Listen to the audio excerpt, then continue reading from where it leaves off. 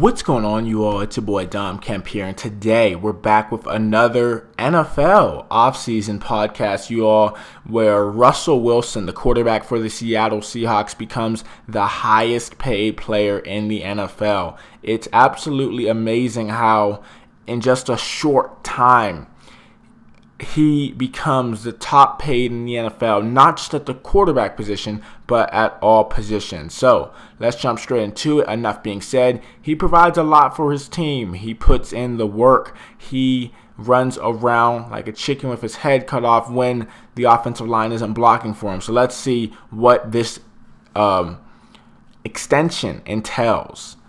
The Seattle Seahawks and Russell Wilson have reached an agreement on a 4-year, $140 million extension that includes a $65 million signing bonus and makes the quarterback the highest paid player in the NFL.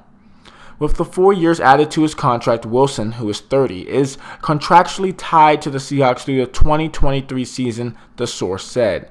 In addition to topping the Packers quarterback Aaron Rodgers' contract is the richest ever with a new money annual average of $35 million per season, Wilson's signing bonus also sets a record. Rodgers was first in both categories at $33.5 million and $57.5 million respectively on the extension he signed last summer.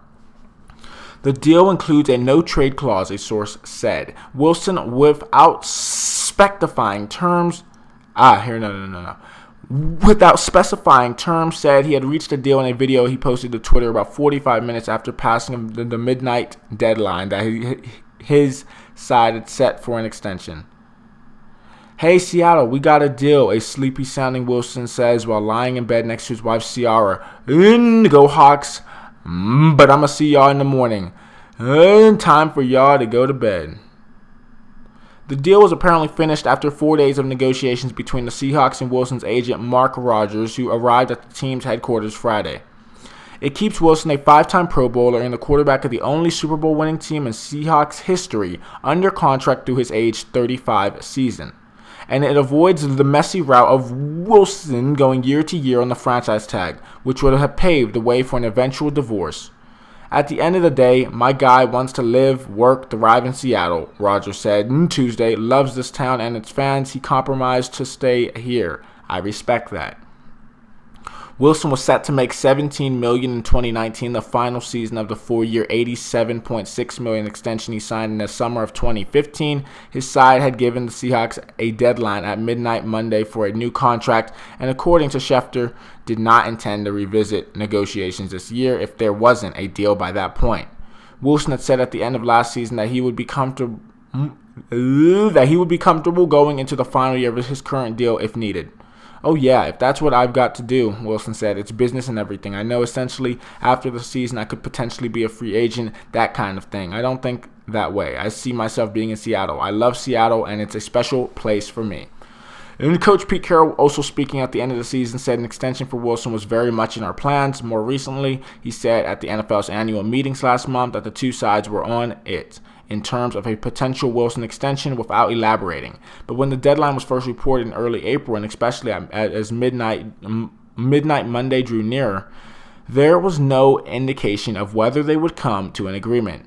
Despite the uncertainty over his contract negotiations, Wilson was present for the start of the team's voluntary offseason in program on Monday as his agent and the Seahawks continue to meet. Wilson's 2015 extension averaged $21.9 million, which at the time made him the second highest paid quarterback in terms of annual average, below Rodgers at $22 million. Wilson has fallen all the way to 12th on that list before his latest extension put him at the top.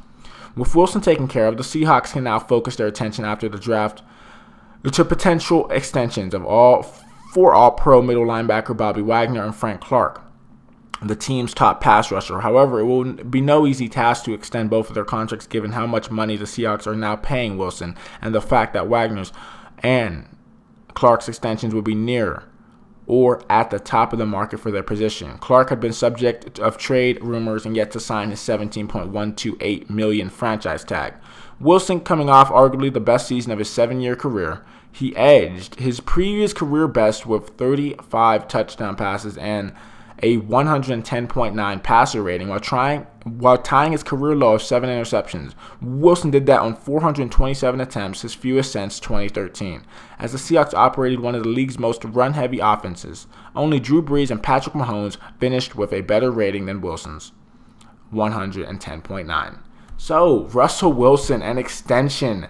Man, that is a lot of money. But, hey, let me know in the comment section down below. Do you think Russell Wilson deserves this type of money, being the highest paid player overall in the NFL? Not just the highest paid quarterback over Aaron Rodgers and Brady and Breeze and stuff like that, but the highest paid in the NFL? Let me know in the comment section down below. That is it, though. Thank you so much for listening to this podcast. Like and subscribe, and I'll be talking to you all later. Peace.